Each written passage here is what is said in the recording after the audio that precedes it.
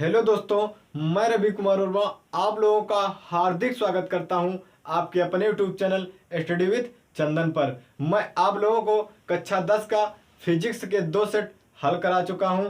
अब मैं आप लोगों को कक्षा 10 का 2022 का तीसरा सेट हल कराने जा रहा हूं, जिसका कोड क्या है? इसका कोड BL कोड है। आप लोगों को मैं आखिरी बार बता रहा हूं, जिसके पास कोई अन्य प्रकाशन है तो ये कोड देख लेगा और उसको 2022 में 7 सेटों में ये मिल जाएगा सेट। अब मैं आप लोगों को ले चलता हूं पहले बहुविकल्पी की ओर। पहला बहुविकल्पी देखते हैं।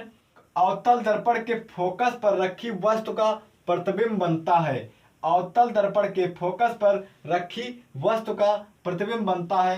पहला ऑप्शन है वक्रता केंद्र पर, दूसरा ऑप्शन है दर्पण के पीछे, तीसरा ऑप्शन है अनंत पर, चौथा ऑप्शन है ध्रुव पर। तो आप लोग जानते होंगे पहला नियम हमारा क्या कहता है, जब कोई वस्तु अनंत पर रखी होती है तब उसका प्रतिबिंब फोकस पर बनता है। तो उसी के विपरीत ये होता है, जब वस्तु फोकस पर रखी होती है तब उसका प्रतिबिंब अनंत पर बनता है। तो आप लोग देख पा रहे होंगे आप लोगों का जो तीसरा ऑप्शन है अनंत पर, ये आप लोगों का ऑप्शन नंबर 3 सही है।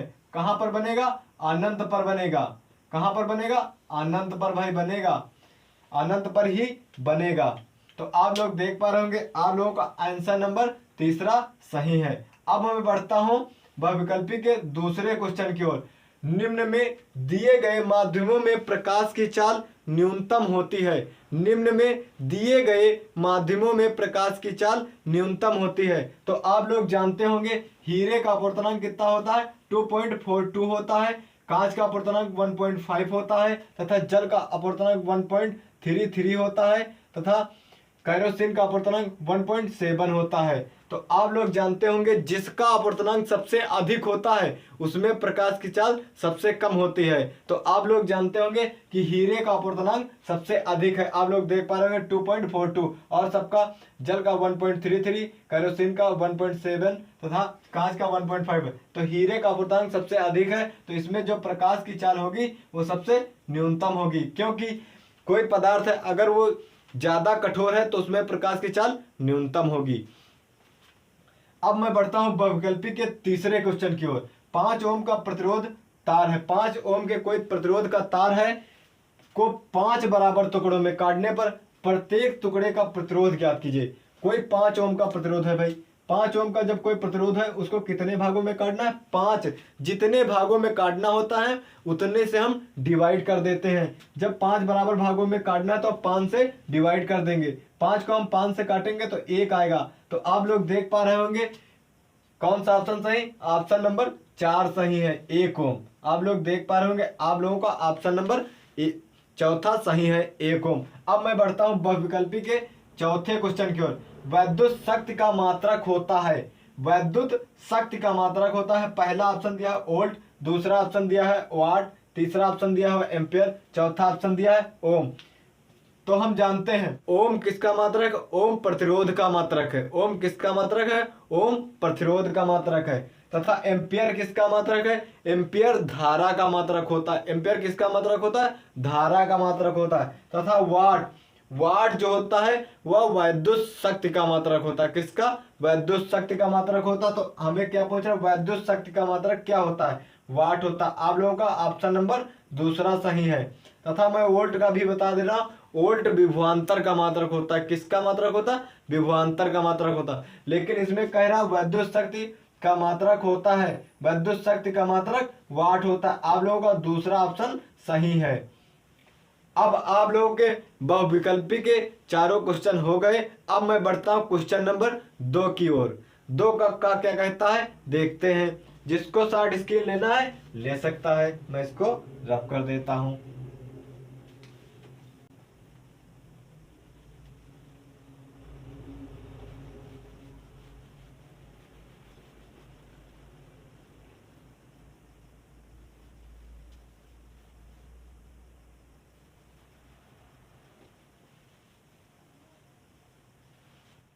अब मैं बढ़ता हूं 2 के का की ओर। 2 का क्या कहता है? वाहनों में उत्तल दर्पण का उपयोग क्यों किया जाता है? देखिए भाई, वाहनों में उत्तल दर्पण का उपयोग क्यों किया जाता है? वाहनों में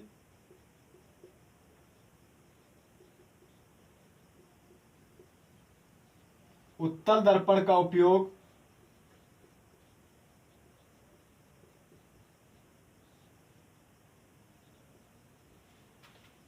इसलिए किया जाता है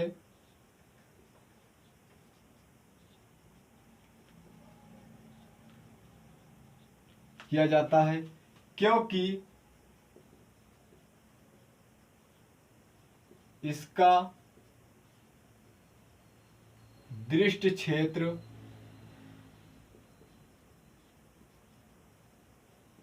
बहुत अधिक होता है।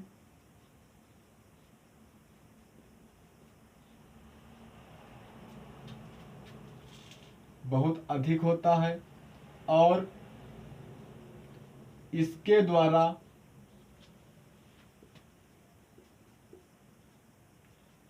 बनाया गया प्रतिबिंब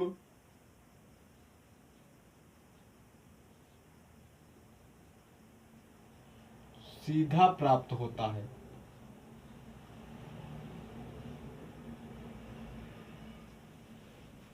वाहनों में उत्तल दर्पण का उपयोग इसलिए करते हैं क्योंकि इसका दृष्टि क्षेत्र बहुत अधिक होता है और इसके द्वारा बनाया गया प्रतिबिंब सीधा और वास्तविक प्राप्त होता है।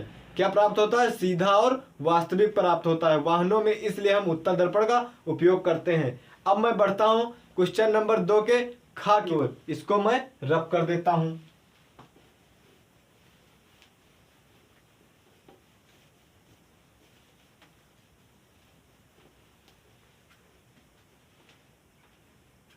दो का खा आप लोगों को स्क्रीन पर दिख रहा होगा।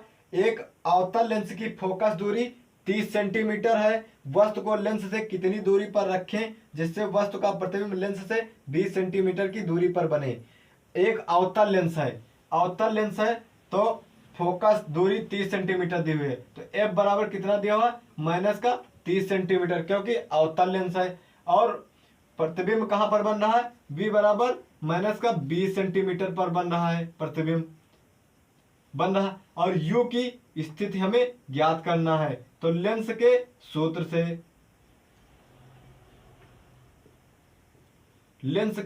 से हम लिखेंगे। लेंस का सूत्र क्या होता है? 1/f बराबर 1/v माइनस का 1/u होता है। तो 1/f, f का मान कितना दिया हो? माइनस का 30 सेंटीमीटर बराबर 1/v का मान दिया हो 20 सेंटीमीटर माइनस का 1/u हो जाएगा। तो हम इसको इस ओर ले आएंगे तो 1/ माइनस का u बराबर 1/ माइनस का 30 सेंटीमीटर है। जब हम इसको इस पार लाएंगे बराबर के, तो ये माइनस का है तो प्लस का हो जाएगा, तो प्लस 1/20 हो जाएगा माइनस का 1/u। जब हम इसका एलसीएम लेंगे 20 और 30 का एलसीएम लेंगे, तो इसको हम 2 से काट देंगे, 10 बचेगा, 15 बचेगा। फिर इसको हम 2 से काट देंगे, फिर 5 बचेगा, फिर 15 बचेगा। जब इसको हम 3 से काट देंगे तब फिर कितना बचेगा? 5 बचेगा, फिर बचेगा 5 बचेगा। फिर इसको हम 5 से काट देंगे, 1 आ जाए। इस प्रकार 2 दूनी 4, 4 3 12, 12 पंचे 60। इसका एलसीएम कितना हो जाएगा? 60 हो जाएगा। इस प्रकार एलसीएम लिया जाता है। मैंने एलसीएम लेना भी आप लोगों को बता दिया, नहीं तो मैं तो इसको डायरेक्ट 60 एलसीएम ले लेता। तो आप लोग देख पा रहे होंगे 30 दूना 60 होता है, तो 2 बार जाएगा तो माइनस लगा कर 2 लिख देंगे, प्लस लगा देंगे। 20 तय कितना होता है? 60 होता है। 20 तय 60 माइनस का 1/u बराबर माइनस के 2 में से 3 जोड़ेंगे, माइनस के 2 में 3 जोड़ेंगे तो कितना बचेगा? 1 बचेगा बटे 60 बचेगा। इसका हम कैंची गुणा कर देंगे। जब 60 का हम -1 से गुणा करेंगे तो माइनस का 60 आ जाएगा। जब u का हम 1 से गुणा करेंगे तो u आ जाएगा। तो आप लोग देख पा रहे होंगे कि जो वस्तु की स्थिति है वह कहां पर होगी? -60 सेंटीमीटर पर होगी। u बराबर कितना होगा? माइनस का 60 सेंटीमीटर होगा। जो वस्तु होगी वो कहां पर स्थित होगी? -60 सेंटीमीटर की दूरी पर वस्तु स्थित होगी, तभी जो प्रतिबिंब बनेगा वो 20 सेंटीमीटर की दूरी पर बनेगा। आप लोग इतना लिख देंगे, आप लोगों के 2 के दोनों नंबर मिल जाएंगे। अब मैं इसको रफ कर देता हूं।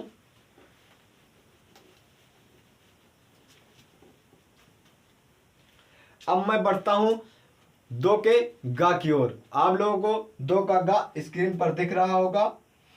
निकट दृष्टि दोष क्या होता है, इसका निवारण कैसे करते हैं? निकट दृष्टि दोष क्या होता है, इसका निवारण हम कैसे करते हैं, देखते हैं निकट दृष्टि दोष क्या होता है। दृष्टि दोष में निकट की वस्तुएं दिखाई देती हैं, निकट की वस्तु दिखाई देती है,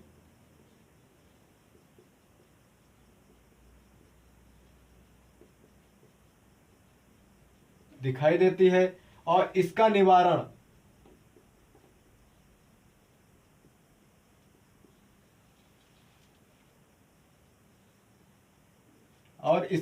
हम अवतल लेंस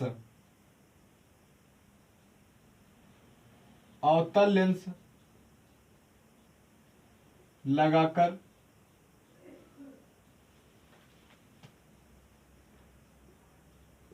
करते हैं। निकट दृष्टि दोष मतलब निकट की वस्तुएं हमें दिखाई देती हैं और इसके निवारण में हम अवतल लेंस का उपयोग करते हैं। तो आप लोग जान पा रहे होंगे, जिस प्रकार का आपको दोष होगा उसमें उस प्रकार की वस्तु दिखाई देंगी, विपरीत की जो वस्तुएं होंगी वो नहीं दिखाई देंगी। जैसे दूर दृष्टि दोष होता है तो उसमें दूर की वस्तुएं दिखाई देती हैं परंतु पास की वस्तुएं नहीं दिखाई देती हैं। इसी प्रकार निकट दृष्टि दोष होता है, निकट दृष्टि दोष में निकट की वस्तुएं दिखाई देती हैं लेकिन दूर की वस्तुएं नहीं दिखाई देती हैं। तो इसके उपयोग में हम अवतल लेंस का उपयोग करते हैं तथा उसके निवारण में हम उत्तल लेंस का उपयोग करते थे। दूर दृष्टि दोष में उत्तल लेंस का उपयोग करते हैं तथा हम निकट दृष्टि दोष में अवतल लेंस का उपयोग करते हैं। किसका उपयोग करते हैं? अवतल लेंस का उपयोग करते हैं लगाकर, तभी हमें निकट दृष्टि दोष मिट सकेगा। अब मैं बढ़ता हूं क्वेश्चन नंबर 3 के का की ओर। 3 का क्या कहता है? एक अवतल दर्पण से वस्तु का प्रतिबिंब वास्तविक तथा बड़ा बनने के लिए वस्तु की स्थिति किरण आरेख में दिखाइए। किसमें दिखाना है? किरण आरेख में दिखाना है, किरण आरेख में दिखाना है। देखिए भाई, कोई अवतल दर्पण है, ये कोई अवतल दर्पण है, इसका नाम हम करण कर देते हैं M1 M2 नामकरण कर देते हैं। इस पर कोई इस प्रकार एक मुख्य अक्ष खींच लेते हैं, ये बिंदु P ध्रुव हो जाता है, ये बिंदु F हो जाता है मुख्य फोकस, ये बिंदु C वक्रता केंद्र हो जाता है। जब वस्तु क्या हो? जब वस्तु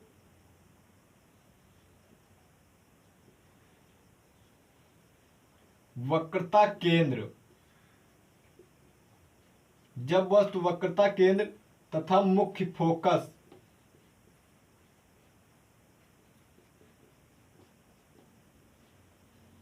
के मध्य स्थित हो,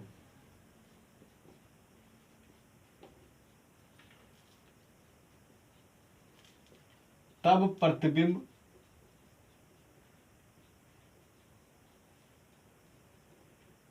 बड़ा प्राप्त होता है।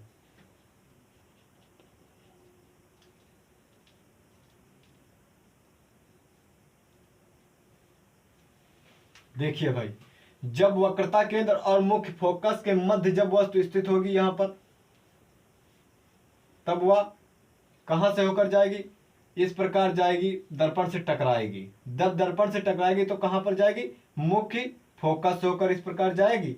इस प्रकार जब मुख्य फोकस से होकर जाएगी और दूसरी जो प्रकाश की किरण होगी वो भी मुख्य फोकस से होकर इस प्रकार जाएगी, इस प्रकार जाएगी, और वह इस प्रकार जब दर्पण से टकराएगी वह भी इस प्रकार मुड़ जाएगी। जहां पर वो मुड़ेगी, जहां पर देखिए मुड़ेगी यहां से, उसके बाद यहाँ इस प्रकार जब आएगी, जब यहां पर काटेगी वहीं पर इसका प्रतिबिंब इस प्रकार बनेगा। देख लीजिए, जब वस्तु वक्रता केंद्र तथा मुख्य फोकस के मध्य स्थित हो तब प्रतिबिंब बड़ा तथा वास्तविक प्राप्त होता है। देख लीजिए, वास्तविक भी प्राप्त हो रहा है और बड़ा भी बन रहा है। बड़ा भी बन रहा है, वस्तु देख लीजिए इतनी छोटी है तथा प्रतिबिंब इतना बड़ा है। वस्तु इतनी बड़ी, प्रतिबिंब इतना बड़ा, और वास्तविक भी बन रहा है और बड़ा भी बन रहा है। तो आप लोग देख पा रहे होंगे, आप लोगों का अब क्वेश्चन नंबर 3 का भी हो गया। अब हम इसके अथवा की ओर बढ़ते हैं। इसको जिसको शॉर्ट स्क्रीन लेना है ले सकता है, मैं इसको रब कर देता हूं।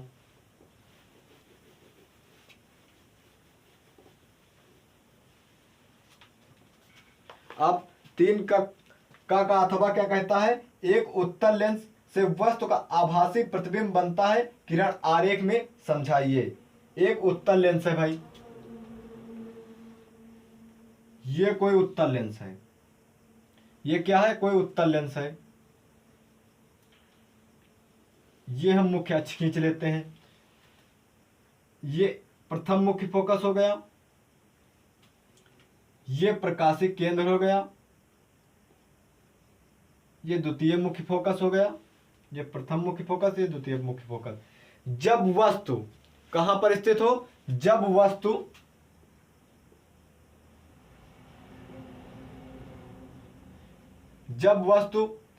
प्रथम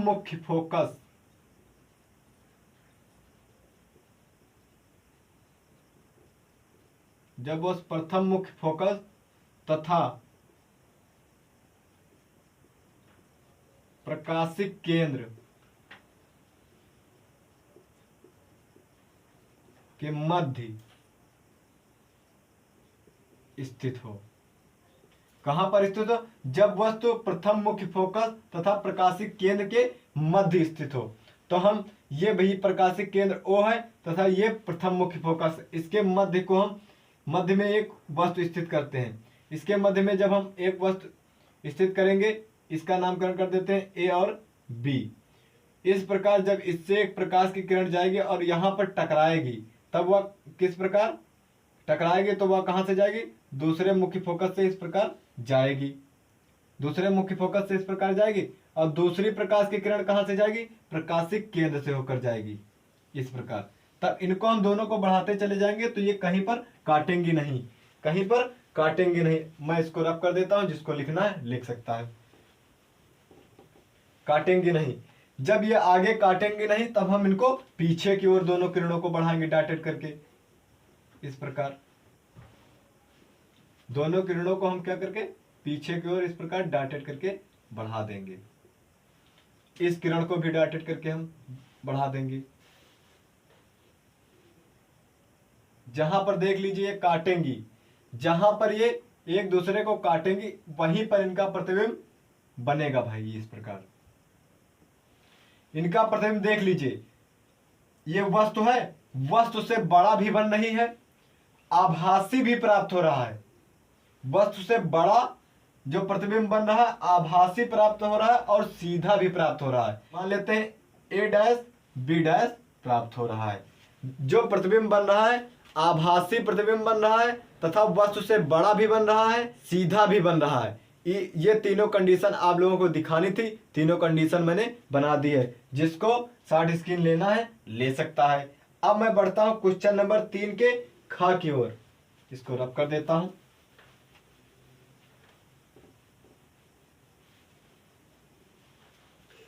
तीन का ख कह रहा है, आप लोगों को स्क्रीन पर दिख रहा होगा। प्रतिरोध का मात्रक क्या होता है, L लंबाई तथा A मोटाई के तार का प्रतिरोध 10 ओम है। इसी पदार्थ के अन्य तार जिसकी लंबाई L/3 तथा मोटाई 3A हो तब उसका प्रतिरोध ज्ञात कीजिए।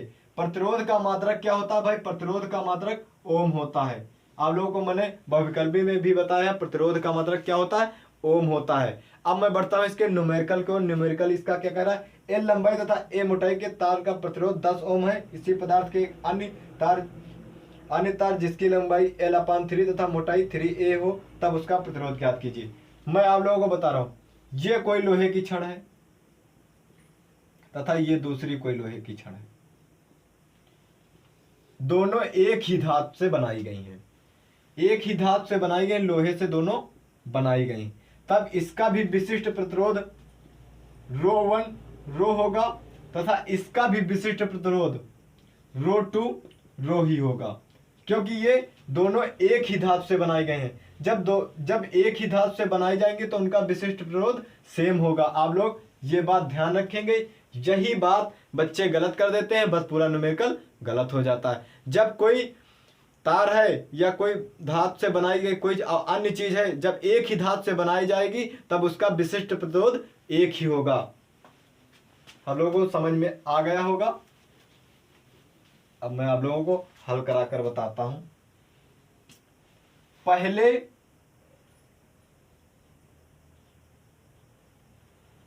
तार के प्रतिरोध के लिए, पहले तार के प्रतिरोध के लिए R1 बराबर होता है विशिष्ट प्रतिरोध रो L अपान A होता है। L लंबाई, L1 क्या दी हुई है, L दी हुई है, तथा A मोटाई, A1 क्या दिए हुए है, A दी हुई है, तथा 10 ओम प्रतिरोध दिया हुआ है। R1 क्या दिया हुआ है, R1 हमें 10 ओम दिया हुआ है। अब हम लिखेंगे दूसरे तार के प्रतिरोध के लिए, दूसरे तार के प्रतिरोध के लिए, दूसरे तार के प्रतिरोध के लिए R2 बराबर क्या होगा, रो L2 अपान A2 होगा कि नहीं होगा। इसमें L2 क्या दिया हुआ है, L2 हमें दिया हुआ है L अपान 3 दिया हुआ है, तथा A क्या दिया हुआ है, मोटाई, इसकी मोटाई हमें 3A दी हुई है, इतना दिया हुआ है।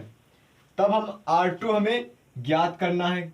ज्ञात क्या करना है, R2 हमें ज्ञात करना है। क्वेश्चन कह रहा है हमें इसका प्रतिरोध ज्ञात कीजिए, R2 हमें ज्ञात करना है। तो हम लिखेंगे R2 बराबर, सूत्र क्या होता है, रो सेम ही होगा। L, हम L लिखेंगे, L के स्थान पर क्या लिखेंगे, L2 के स्थान पर, L2 के स्थान पर लिखेंगे, L2 के स्थान पर लिखेंगे L/3 लिखेंगे, बटे A कितना दिया हुआ है, A2 दिया हुआ है, A2 कितना दिया हुआ है, 3A दिया हुआ है, A2 3A दिया हुआ है। R2 बराबर, जब ये बटे में है तो ये नीचे आ जाएगा, L अपान 3A गुणे 3 हो जाएगा कि नहीं हो जाएगा। तो R2 बराबर रो गुणे L हो जाएगा, अपान 3 का गुणा 3 से करेंगे तो 9A हो जाएगा कि नहीं हो जाएगा, 9A हो जाएगा। तो R2 बराबर रो L अपान 9A है, तो हम 1/9A इस प्रकार लिख सकते हैं, 9A लिख सकते हैं, इस प्रकार लिख सकते हैं कि नहीं, 1/9 लिख सकते हैं 9 को, तो 9A को इस प्रकार हम लिख दें। तो रो L अपान A किसके बराबर होता है, R1 के बराबर होता है। तो R2 बराबर इसके स्थान पर R1 गुणे 1/9 लिख देंगे, R2 अपान R1 का गुणा 1 से करेंगे तो R1/9 हो जाएगा। तो R2 अपान R1 का मान कितना दिया हुआ है, R1 का मान हमें 10 ओम दिया हुआ है, तो 10 ओम रख देंगे अपान 9 ओम, इतना ही लिख देंगे, आप लोगों का आंसर सही हो जाएगा। अगर आप लोगों का काट कर और लिखना चाहते हैं तो इसको लिख देंगे R2 बराबर 10/9, इसको काट देंगे तो 1.111 आ जाएगा, तो R2 बराबर 1.11 ओम आ जाएगा, इतना लिख देंगे,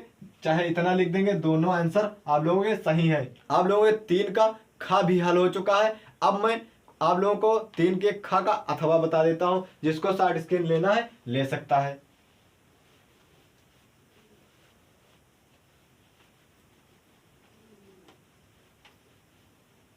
अब मैं बढ़ता हूं क्वेश्चन नंबर 3 के खा के अथवा की ओर। 3 का खा का अथवा क्या कहता है, आप लोगों को स्क्रीन पर दिख रहा होगा।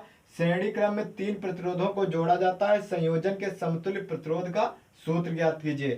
3 प्रतिरोधों को श्रेणी क्रम में जोड़ा जाता है। तो आप लोग चित्र में देखिए, मैंने ये प्रतिरोध बनाया पहला, इस प्रकार पहला प्रतिरोध मैंने बनाया, इसका जो प्रतिरोध इस प्रकार एक प्रतिरोध बनाया, तथा इस प्रकार कोई दूसरा प्रतिरोध बनाया,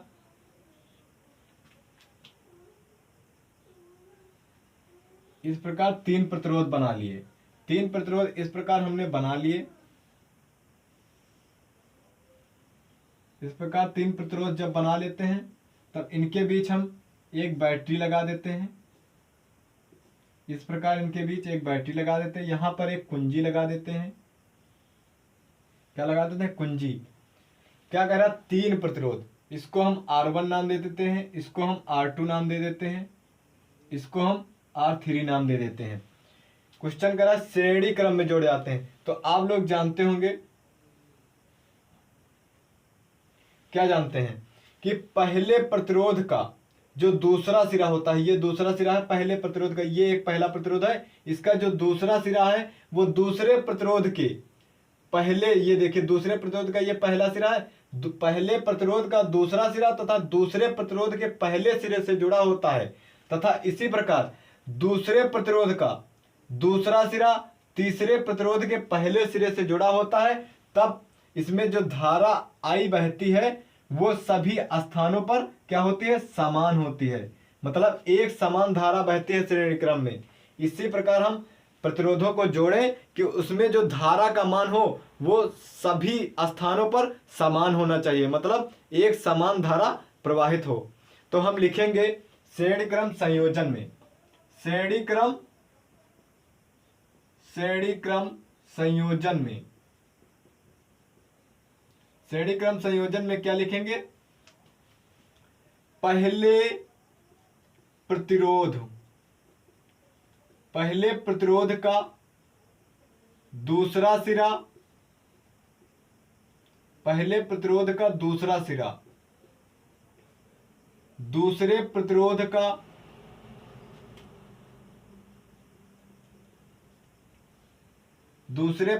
का पहला सिरा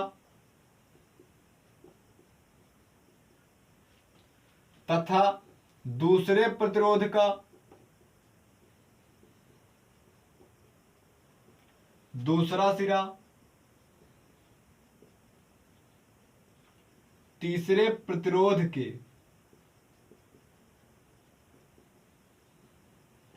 पहले सिरे से जुड़ा होता है। क्या होता है, पहले सिरे से जुड़ा होता है। पहले प्रतिरोध का जो दूसरा सिरा है वह दूसरे प्रतिरोध के पहले सिरे से जुड़ा है कि नहीं जुड़ा है, और दूसरे प्रतिरोध का दूसरा सिरा है वह तीसरे प्रतिरोध के पहले से सिरे से जुड़ा होता है। इतना लिख देना है आप लोगों को। उसके बाद मैं इसको मिटा दे रहा हूं, इतना लिख देंगे। उसके बाद लिखें माना R1 व R2 तथा R3 तीन प्रतिरोध हैं जिसमें I धारा बहती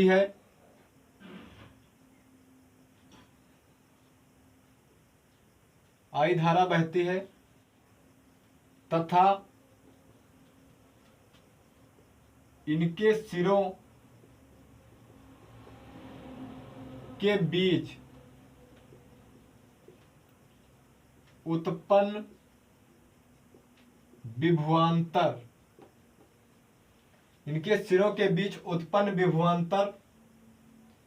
V1 V2 तथा V3 है। क्या है, इनके सिरों के बीच उत्पन्न विभवांतर V1 V2 V3 है। इसी प्रकार V1 बराबर IR1 V2 बराबर IR2 तथा V3 बराबर IR3 होगा, तथा इनमें V वोल्ट की बैटरी लगा देते हैं,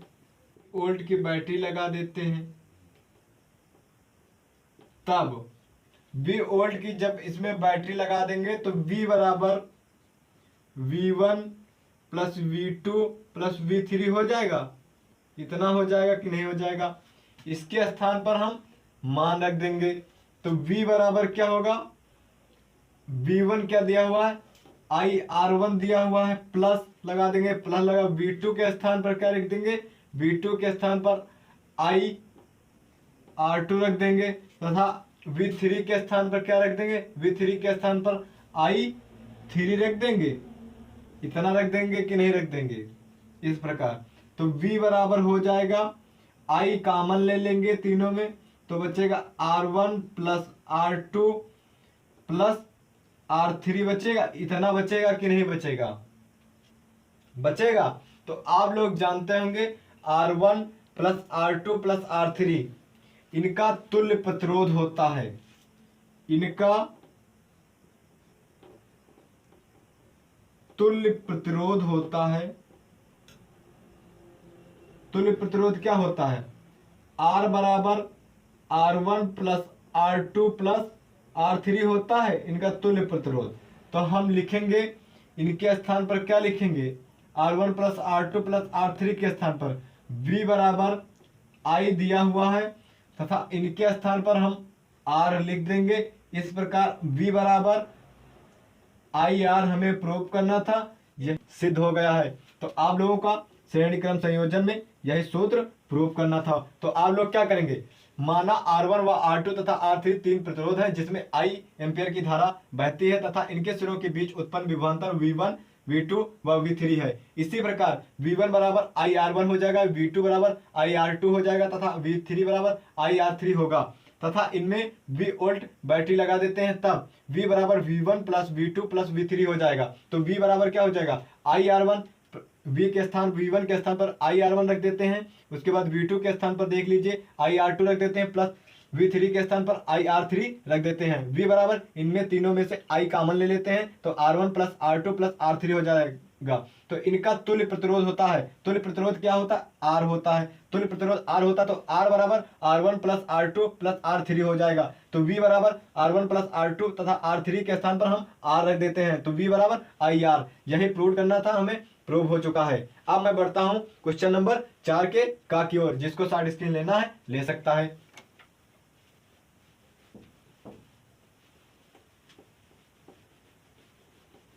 क्वेश्चन नंबर 4 क्या कहता है? नामांकित आरेख बनाकर वैद्युत जनित सिद्धांत तथा कार्यविधि समझाइए। हमें इसका चित्र भी बनाना है और सिद्धांत और कार्यविधि भी लिखनी है। सिद्धांत क्या होता है? सिद्धांत क्या होता है मैं सिद्धांत भी बता देता हूं आप लोग। जब किसी कुंडली को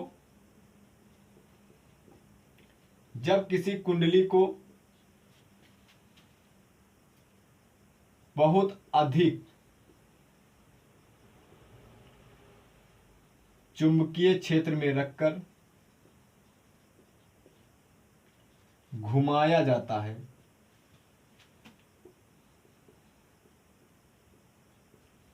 जब किसी कुंडली को बहुत अधिक चुंबकीय क्षेत्र में रखकर घुमाया जाता है तो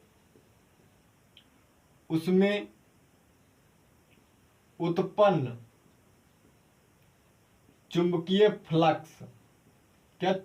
फ्लक्स में परिवर्तन होता है।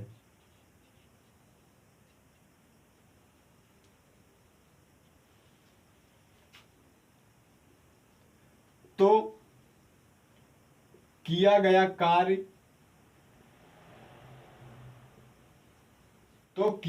कार्य के द्वारा एक विद्युत वाहक बल उत्पन्न होता है।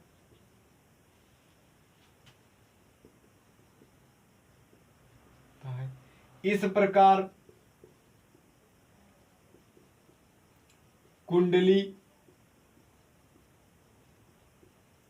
घूमने के लिए स्वतंत्र हो जाती है।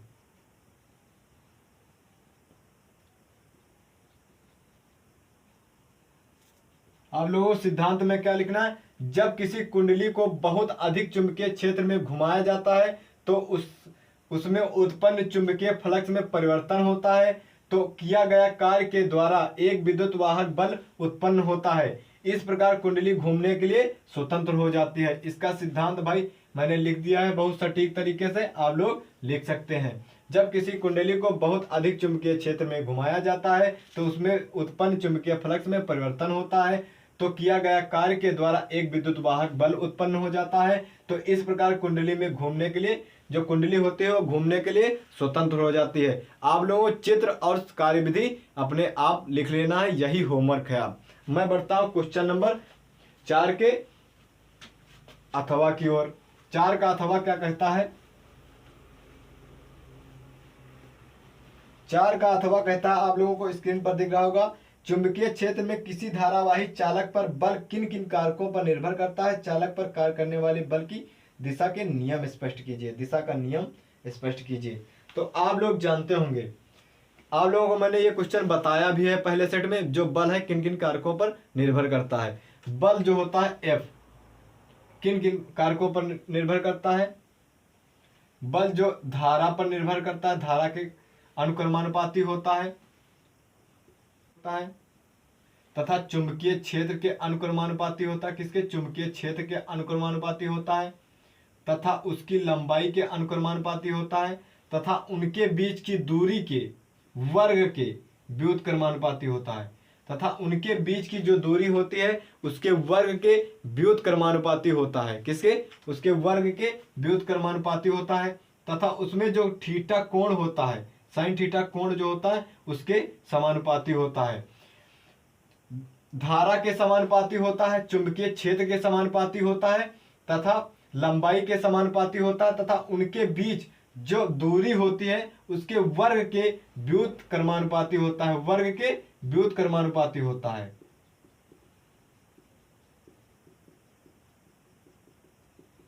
एक यही ध्यान रखना है, उसके वर्ग के व्युत्क्रमानुपाती होता है, जो उसमें थीटा होता है उसके भी अनुक्रमानुपाती होता है। तो आप लोगों ने सूत्र पढ़ा होगा, F बराबर Q V B sine theta पढ़ा है कि नहीं पढ़ा है? इसी प्रकार ये सूत्र भी सिद्ध हो जाता है। अब मैं इसके नियम बता देता हूं।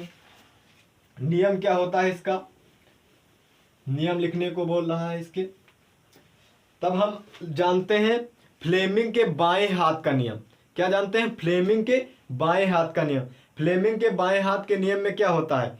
जब हम बाएं हाथ के अंगूठा तथा तर्जनी जो उसकी मध्यमा अंगुली को हम तीनों को इस प्रकार रखें कि तीनों एक दूसरे के लंबवत हों। तीनों अंगुलियां क्या हों? एक दूसरे के लंबवत हों। इस प्रकार एक दूसरे के ये लंबवत होनी चाहिए। अंगूठा जो होता है वो बल की दिशा को व्यक्त करता है, जो तर्जनी होती है वो चुंबकीय क्षेत्र की दिशा को व्यक्त करती है तथा माध्यमा जो होती है, माध्यमा वो धारा की दिशा को व्यक्त करती है। तो आप लोग देख पा रहे होंगे, इस प्रकार रखेंगे। जो अंगूठा होगा, ये अंगूठा जो होगा भाई, ये जो अंगूठा होगा इस प्रकार जो बनेगा, इस